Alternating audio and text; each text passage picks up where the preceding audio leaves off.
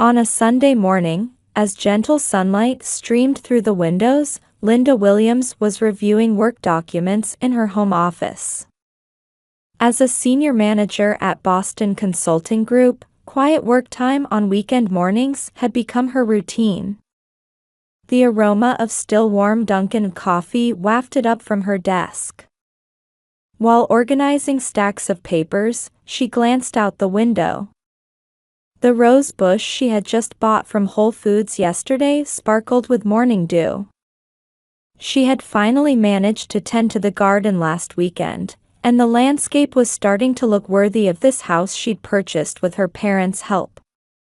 There was still some time before service at Trinity Church in Copley Square. The peaceful moment was suddenly shattered by her iPhone's ring. "Linda, can you come over today?" It was her sister Patricia. Linda let out a small sigh at her usual imperious tone. "I'm hosting the family for brunch. Mom's coming too. I've ordered catering from Legal Seafoods." An hour later, Linda was visiting Patricia's mansion. The colonial-style house in Brookline's quiet residential area commanded an imposing presence, as always. A brand-new Range Rover, her sister and brother-in-law's pride and joy, was parked in the driveway. "Welcome, Linda," her mother Carol greeted her. The Tiffany silver necklace swayed gently at her elegant neck. "Patricia has prepared such a lovely brunch. She's really living well since marrying into this family. Auntie Lynn." The twins, Emma and Olivia, came running up. As Linda hugged the two girls in their matching Gap Kids dresses, she inwardly sighed. The discomfort she felt whenever visiting her sister's house had only grown stronger over the years. Entering the living room, she was met with a modern space that had reportedly been designed by a professional interior decorator. The marble dining table was laden with lobster croissant sandwiches and truffle-flavored eggs Benedict. "I'm the star today," Patricia made her grand entrance. Dressed in a new Louis Vuitton dress, she struck a pose clearly intended for social media. Her husband Michael was, as usual, absorbed in reading news on his iPad. "Actually, I have wonderful plans," Patricia announced, holding a mimosa and Dom Perignon. "We've decided to take a family trip to Hawaii next month. Michael's company is doing well, and isn't this the perfect time?" "What?" When Linda showed her surprised expression, Patricia flashed a malicious smile. "Surely you're not planning to keep playing the single career woman forever? You need to spend time with family occasionally. When I saw you at Copley Place the other day, you looked exhausted." "Patricia," their mother raised her voice in what seemed like admonishment, but it was merely for show. Carol's attention had already shifted to taking photos of the food for Instagram. "Auntie Lynn, come to Hawaii with us. We're staying at the Disney Hotel in Oahu." At the twins' innocent voices, Linda made up her mind. She had accumulated miles from a recent business class sale anyway. "Yes, of course. I haven't been to Hawaii in a while." On the table, the twins' iPads were already playing videos of Hawaiian beach resorts. On the morning of departure, Linda woke up earlier than usual. The clock showed 7 a.m. She double-checked the sunscreen and new swimsuit she'd bought at Walgreens the day before. As she confirmed her reservation on the American Airlines app, the Boston Morning Sun reflected off her MacBook. While munching on a bagel, she recalled last night. Patricia's text message had only included a final confirmation of boarding time and a casual note saying, "Tomorrow will be a wonderful memory. Starting a fun family vacation today." Though she tried to say it cheerfully to herself, something still nagged at her heart. Checking the time while reviewing photos of the Waikiki hotel she'd looked up on TripAdvisor, Linda loaded her Toyota RAV4 and drove through Boston's streets. The roads, usually congested, were clear on this Saturday morning. The car radio was broadcasting Hawaii's weather forecast. Boston seemed determined to match with its own humid weather. Boston Logan Airport was bustling with travelers. As Linda wheeled her new carry-on toward the check-in counter, she overheard a family in front of her discussing their Disney vacation package. "Good morning. The 9:45 flight to Honolulu. Your name, please?" "Linda Williams." Linda presented her platinum card. The counter agent's expression subtly changed. The sound of keyboard typing paused momentarily. "I'm very sorry, Ms. Williams. Your reservation was canceled in the system last night." "What?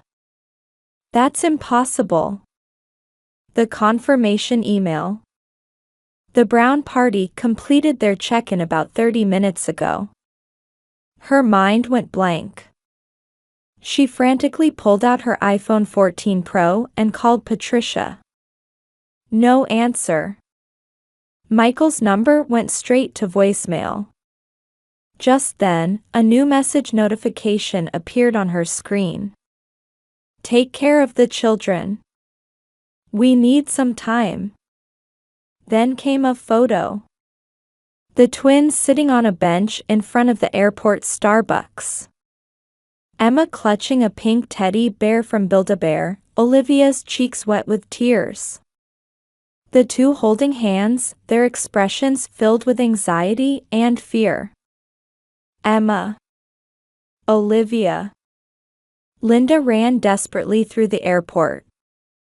Her mind raced with questions. Why would Patricia do this?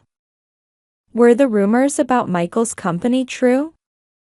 Why hadn't her mother warned her? "Excuse me. I'm looking for 5-year-old twin girls. Blonde, wearing Gap Kids dresses." She rushed toward the food court, asking passing airport staff. Messages from Patricia kept arriving on her smartphone. "The children are in your care. The 529 plan documents are in the safe at home. This is our last chance, Michael and I." Finally reaching the food court area, she heard a small voice. "Auntie Lynn." The two were sitting on a bench beside the escalator, in a spot somewhat hidden from view. "It's okay, now. I'll protect you." The twins' bodies trembled in her embrace. Massport officials had begun gathering around. "Mama said she'd be right back." Emma's trembling voice left Linda with nothing to do but hold her tighter. "They said they were going to take the shuttle bus, then Mama and Papa never came back." Olivia's words brought anger to Linda's eyes. "Ma'am, could we speak with you at the security office?" A man in a Massport uniform quietly approached. His badge gleamed with Logan Airport Police. "We'll get some hot chocolate and cookies for the children." A female staff member smiled kindly at the twins. Her name tag had a Student Ambassador Program pin. Linda checked her handbag for the series of messages Patricia had sent. The cold tone suggesting premeditated action made her blood boil. Outside the window, a Boeing 787 bound for Hawaii climbed into the blue sky. Her sister and brother-in-law were likely sitting inside, feeling no guilt whatsoever. Linda heaved a deep sigh. This was turning out to be a very different kind of family trip than she had imagined. 12 hours after the incident, an exhausted atmosphere hung in Linda's living room.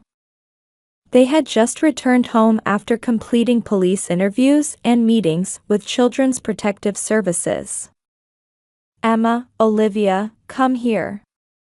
The bath is ready," Linda called gently.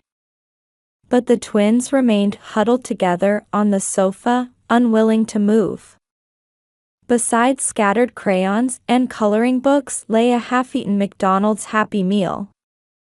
"Auntie Lynn," Emma called out in a small voice. "Are Mama and Papa really not coming back?" Linda's heart clenched. The police had confirmed that Patricia and Michael had boarded as scheduled and arrived in Honolulu. Their credit card records showed they had checked into the Hilton Hawaiian Village. "I can't believe it." Linda's mother Carol had rushed over, apparently leaving a church women's group meeting midway. Her usually perfectly styled hair was disheveled. That Patricia would do such a thing. Just then, Linda's iPhone rang. It was a detective from the Boston Police Department. "Ms. Williams, have you heard any concerning conversations from the children?" Linda recalled the twins' words at the airport. "Yes, Emma mentioned that Mama and Papa were fighting about money. And I believe Olivia." The next morning, after dropping the twins off at the nearby Brookline Public Schools, Linda headed to Patricia's house. A police search warrant had been issued, and Linda was permitted to accompany them. A uniformed officer led them to the second-floor study. "Take a look at this." Masses of documents were found in the drawers of the expensive leather desk. Piles of unpaid bills, credit card statements, and financial documents from Michael's company. The rumors of the company's financial troubles in the Boston Globe were true. "This is..." Linda couldn't believe her eyes when she saw the Fidelity account statement. The $529 plan set up for the twins' education had been reduced to just $1. Over $500,000 in funds had been withdrawn over the past 3 months.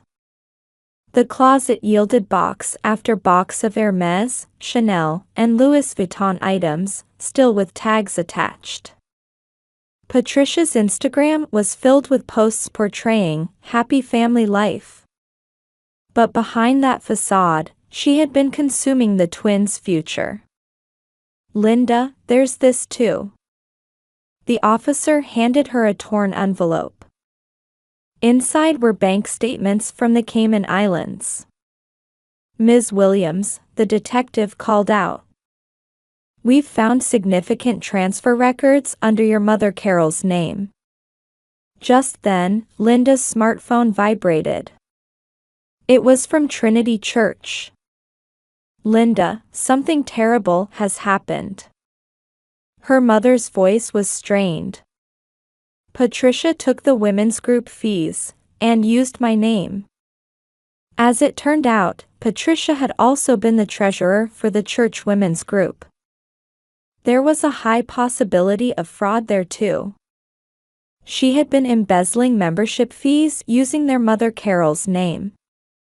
This was completely premeditated, Linda told the police. Hours later, Linda sat in her living room, compiling all the evidence. Her mother was being interviewed at the church, and the twins were safely attending their after-school program. The Boston Police Department detective called again. "We've discovered something significant. It appears they had no intention of returning to the mainland." Linda caught her breath. "What do you mean?" "We found one-way ticket reservations to the Caribbean."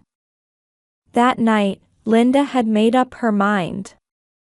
Spread across her dining table were reports for the police, FBI, Child Protective Services, and Sarah Cohen, one of the nation's top child abandonment attorneys. "Auntie Lynn," Olivia's voice came from upstairs. Can we go to school tomorrow too? Of course, Linda smiled at the twins. Life will continue as normal. I promise. Opening her MacBook, Linda sent the final report to the police. Attached were Patricia's Instagram posts portraying the perfect mother, photos of the airport abandonment, and records of all financial transactions. She was determined to fight to protect her precious family. Today, the FBI has joined the investigation as a serious child abandonment case. The detective's final words strengthened Linda's resolve even further.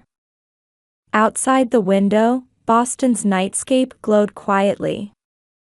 On the table lay the twins' craft project from after-school care, to our beloved Auntie Lynn. Looking at those words, Linda heaved a deep sigh. Early morning, 1 week after the incident, at the top floor of the Hilton Hawaiian Village in Oahu. Patricia was enjoying her morning coffee on the balcony. Looking down at the azure sea, she was selecting photos to post on Instagram. Patricia, we need to talk. Michael approached with a tense expression, clutching his iPad. About the company, everyone. Just then, a knock echoed at the suite door. When they opened it, more than 10 law enforcement officers stood there. An FBI agent began reading their rights. Outside the window, an ABC News helicopter circled.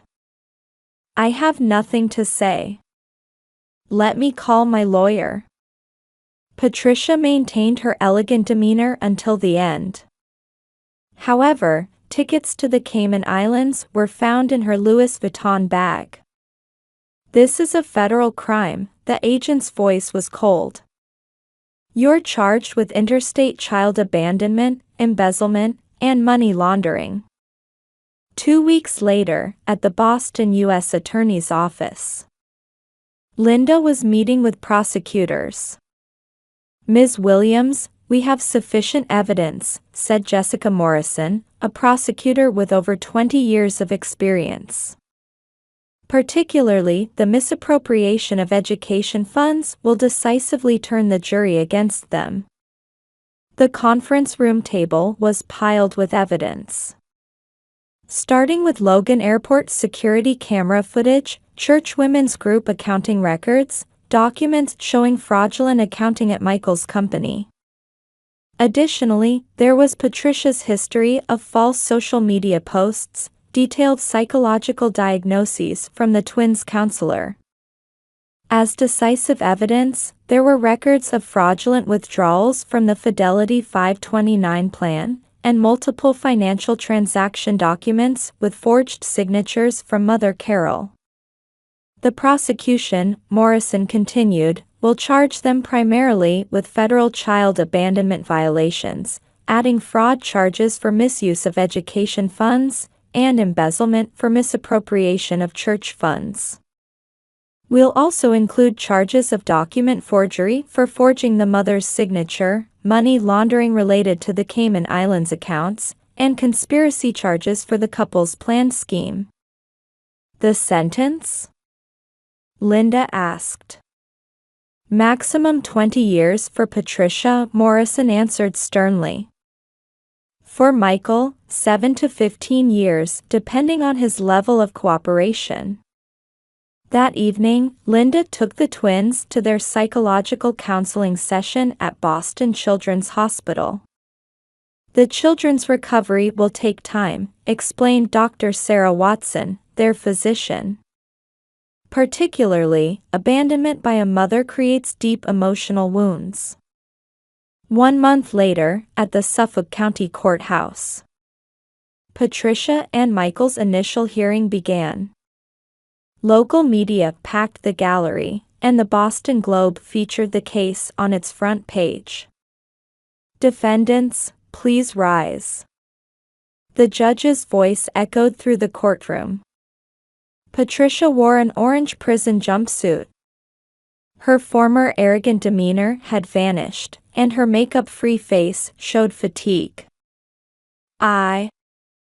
Patricia began. The courtroom fell silent. I admit to everything. Her confession began. At first, when I learned about Michael's company's critical situation, Patricia's voice trembled. But that's no excuse. I abandoned my children. Her testimony lasted 3 hours. It all started, she said, with her pride as a mama influencer. Misappropriating education funds to maintain a luxurious lifestyle, embezzling church funds to cover debt payments, forging her mother's signature for new loans. And finally, the escape plan for a new life in the Caribbean. She admitted that at the root of it all was her hatred for Linda's stable life. Michael, who took the stand next, admitted to everything. The company had been essentially bankrupt for 2 years, his voice was hollow. But I couldn't tell Patricia. Her lifestyle. Carol took the witness stand as the prosecution's final witness. I trusted my eldest daughter too much, her voice was filled with remorse. I betrayed the church members, hurt Linda, and most of all, my grandchildren. On the day of sentencing, the courtroom was filled with tension. Defendant Patricia Brown, the judge's voice resonated. Your actions represent the gravest breach of trust. You abandoned your children, betrayed your family's trust, and even deceived your church community. After the sentencing, a press conference was held on the courthouse steps. This is certainly not a result to be proud of, Linda spoke quietly into the microphones. But justice has been served. Most importantly, the children's future has been protected. At dusk in Boston, Linda and the twins walked through Boston Common. Auntie Lynn, Emma called out softly. We'll always be together, right? Yes, of course, Linda squeezed the twins' hands firmly. We'll walk forward as a new family. 2 weeks after the sentencing, in the visiting room of Massachusetts Women's Correctional Institution, Linda momentarily faltered at the sight of her sister sitting behind the reinforced glass. Patricia in her orange prison uniform had completely lost her former glamour. Her skin, once polished with branded skincare products, was ashen, and her perfectly maintained blonde hair was thin and damaged from prison-issue shampoo. Linda. Patricia's voice was hoarse. I did something unforgivable. Yes, Linda answered quietly. She had wrestled with the decision to visit many times. But this might be their last face-to-face meeting. This visit was necessary to understand everything and to settle something within herself. How are the children? Tears welled up in Patricia's eyes. They don't want to see me. Yes, I think that's best for now, Linda recalled the counselor's advice. The children's emotional recovery would take time. The clock in the visiting room ticked quietly. A brief 15-minute visit. During this time, the sisters reflected on their lives, their childhood in a wealthy family, Patricia who bore all of their mother's expectations, and Linda who had always remained in the shadows like a wallflower. Remember? When we were little, in the Back Bay house. Patricia's voice trailed off. If only we could go back to those days. On her way home, Linda walked through Boston Common. As early autumn made its presence felt in the park, she contemplated the first steps of her new life. At home, big changes were underway. The former guest room had been transformed into a bright children's bedroom. Matching beds from Pottery Barn, cheerful bookshelves from IKEA, and colorful curtains from Target's Cat and Jack collection. Everything was for the twins. "Auntie Lynn, is this room really ours?" Emma asked with an expression of disbelief. "Can we stay here forever?" "Of course. This is your new room." Linda hugged the twins tenderly. The adoption proceedings were progressing smoothly. The court supported the adoption by their biological aunt. There were changes at work too. Boston Consulting Group had shown understanding of Linda's situation. She could now utilize flex time and sometimes work from home. A new position was also being discussed. Unexpected support networks had also emerged. Jennifer, a single mother living nearby, offered to help with after-school pickup and drop-off. The Trinity Church community delivered home-cooked meals.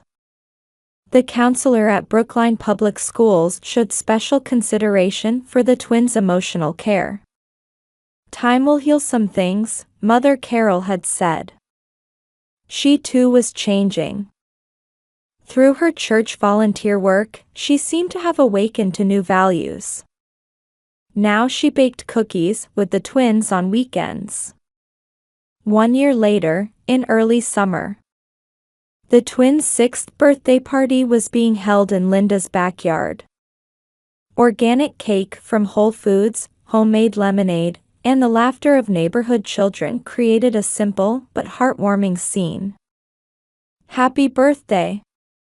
Emma and Olivia beamed with happiness, surrounded by their classmates. Their former anxious expressions were nowhere to be seen. That night, after putting the children to bed, Linda went out to the garden. Under the starlit sky, she smiled quietly. On the table lay essays written by the twins. The theme was "My Family." They began with the words, "To my beloved mom," expressing their honest feelings. Patricia, in prison, was reportedly working earnestly on rehabilitation programs. Michael was serving his sentence in a different facility, and their divorce had already been finalized. Letters from them occasionally arrived for the twins. However, they remained unopened, waiting for the day when the children would choose to read them themselves. In Linda's desk drawer was a letter. A dinner invitation from a rising pediatrician in Boston. It had started with the twins' regular checkups. His gentle gaze and thoughtful consideration for the children had kindled a small warmth in Linda's heart. Christmas night. A large tree sparkled in Linda's living room. 3 stockings hung above the fireplace. In the corner, sheet music for the twins' lessons lay atop their new piano. "Love you, Mom," the twins' words before falling asleep brought tears to Linda's eyes. "I love you too." Outside the window, snow had begun falling quietly. It seemed to herald a fresh white page in the story of their new family.